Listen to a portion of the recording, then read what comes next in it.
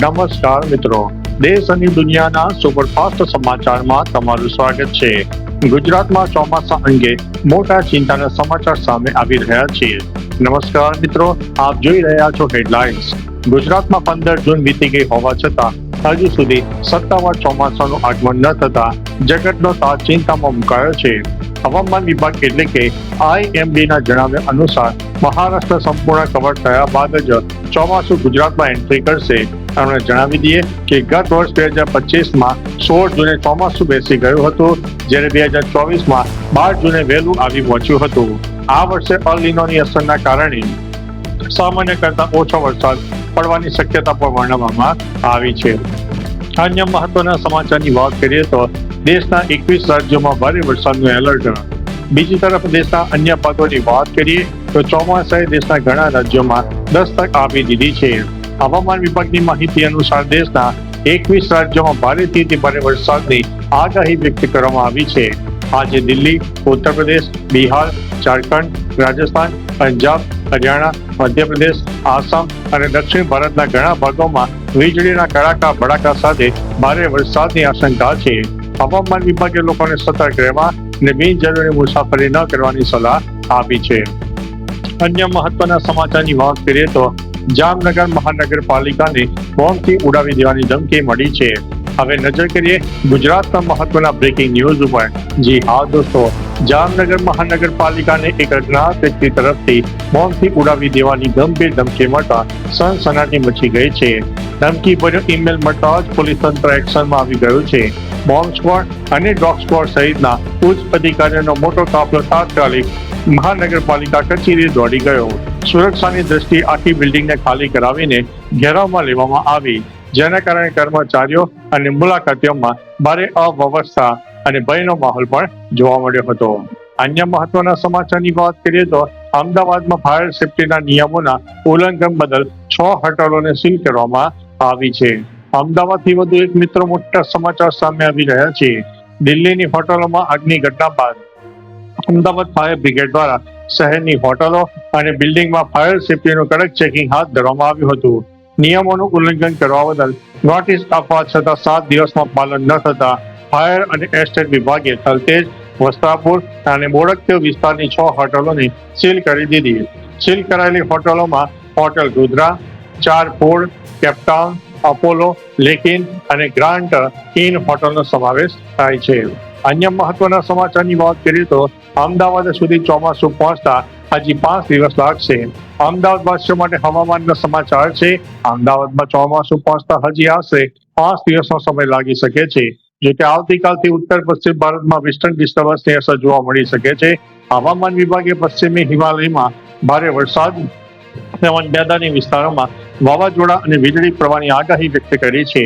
હાલ અમદાવાદમાં મહત્તમ તાપમાન 40 ડિગ્રીને પાર રહેતા લોકો અસહ્ય ઉકળાટનો અનુભવ કરી રહ્યા છે.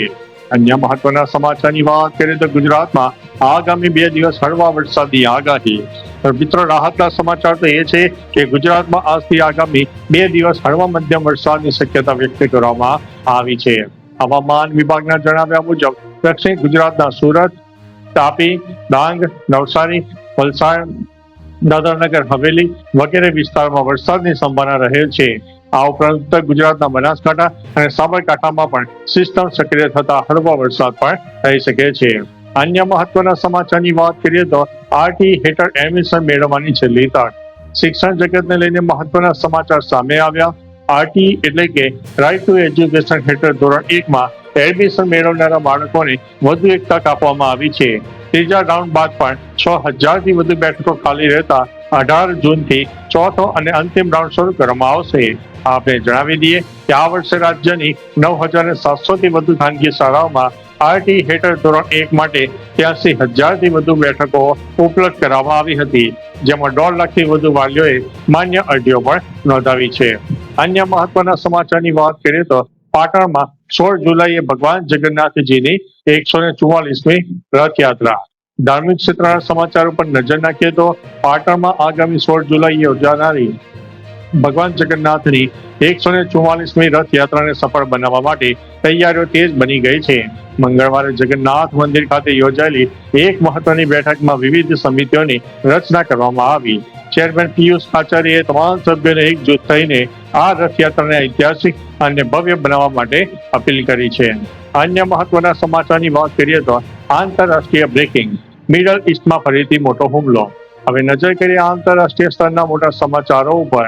મિડલ ઈસ્ટમાં ઈરાન અને અમેરિકા વચ્ચે શાંતિ કરાર માટે સતત પ્રયાસો ચાલી રહ્યા છે, પરંતુ આ વચ્ચે ઇઝરાયેલે દક્ષિણ લેબનાનના અલગ અલગ વિસ્તારોમાં મોટો ડ્રોન વડે હુમલો કર્યો છે.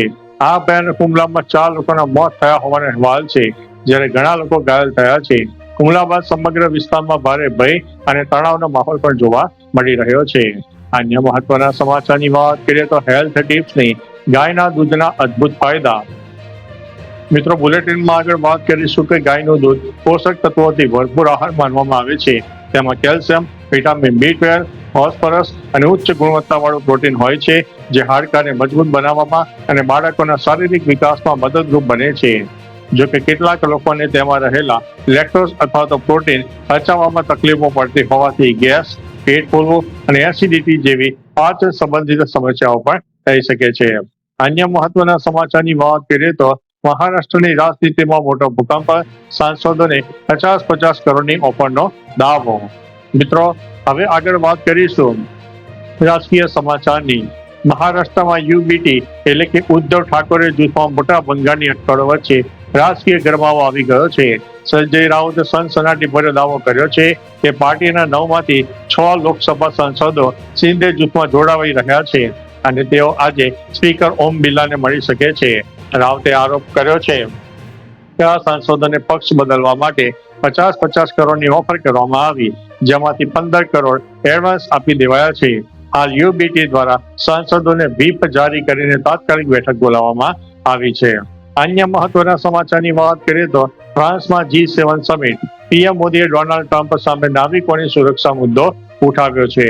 હવે નજર કરીએ આંતરરાષ્ટ્રીય સમાચારોની. ફ્રાન્સના એવિએશનમાં યોજાયેલી G7 સમિટમાં વડાપ્રધાન નરેન્દ્ર મોદીએ હાજરી આપી હતી. અહીં 16 મહિનાના લાંબા સમયગાળા બાદ પીએમ મોદી અને અમેરિકી પ્રમુખ ડોનાલ્ડ ટ્રમ્પ એકબીજાની બાજુમાં બેઠેલા જોવા મળ્યા હતા. પીએમ મોદીએ ખૂબ જ ગંભીરતાપૂર્વક હોર્મુઝ સ્ટ્રેઇટમાંથી ભારતીય નાવિકોના મોતના મુદ્દા પર ચર્ચા કરી. તેમણે ચિંતા વ્યક્ત કરતા જણાવ્યું છે કે ઘણા ભારતીયોને અહીં જીવ ગુમાવ્યો છે, જે દરિયાઈ માર્ગોને સુરક્ષિત રાખવા અને નાવિકોની સુરક્ષા સુનિશ્ચિત કરવા માટે વૈશ્વિક સ્તરે કડક પગલાં લેવા જોઈએ. અન્ય મહત્વના સમાચારની વાત કરીએ તો અમદાવાદ ક્રાઇમ બ્રાન્ચની મોટી સફળતા. CEIR પોર્ટલથી 400 ચોરાયેલા મોબાઈલ રિકવર કરવામાં આવ્યા છે. અમદાવાદથી કાયદો અને વ્યવસ્થા લઈને મોટા સમાચાર સામે આવ્યા છે. શહેરના મોબાઈલ ચોરીની વધતી ફરિયાદો વચ્ચે અમદાવાદ ક્રાઇમ બ્રાન્ચે ટેલિકોમ વિભાગના પોર્ટલની મદદથી એક સરાહનીય કામગીરી કરી છે. પોલીસે ટૂંકા સમયમાં ચોરાયેલા કે ગુમ થયેલા 400 જેટલા મોબાઈલ ફોન શોધી કાઢવામાં સફળતા મેળવી છે. ક્રાઇમ બ્રાન્ચ દ્વારા આ તમામ મોબાઈલ ફોન તેના મૂળ માલિકોને પરત સોંપવાની પ્રક્રિયા હાથ ધરી છે. પોલીસે સ્પષ્ટ કર્યું છે કે જો તમે અગાઉ ચોરીથી સત્તાવાર ફરિયાદ કરી હશે તો જ તમારો ફોન પરત મળી શકશે. અન્ય મહત્વના સમાચારની વાત કરીએ તો ચોમાસું મોડું પડતા ખેડૂતોમાં ચિંતાનો માહોલ. હવામાન વિભાગની માહિતી અનુસાર ગુજરાતમાં 15 જૂનની સત્તાવાર તારીખ વીતી ગઈ હોવા છતાં ચોમાસાનું વિધિવત આગમન ન થતા જગતનો તાત ચિંતામાં મુકાયો છે. જો કે આંકડા ઉપર નજર કરીએ તો વર્ષ 2025માં 16 જૂને અને 2024માં 12 જૂને ચોમાસું બેસી ગયું હતું. હવામાન વિભાગની માહિતી અનુસાર મહારાષ્ટ્ર સંપૂર્ણ રીતે કવર થયા બાદ ચોમાસું ગુજરાતમાં એન્ટ્રી કરશે. આ વર્ષે અલ નીનોની અસરના કારણે સામાન્ય કરતા ઓછો વરસાદ પડવાની આશંકા છે. અન્ય મહત્વના સમાચારની વાત કરીએ તો નવસારીમાં બીજા દિવસે વરસાદ. ગુજરાતમાં ભલે ચોમાસું મોડું હોય પણ દક્ષિણ ગુજરાતમાં મેઘરાજા મન મૂકીને વરસી રહ્યા છે. નવસારી જિલ્લામાં સતત બીજા દિવસે જોરદાર વરસાદ ખાબક્યો.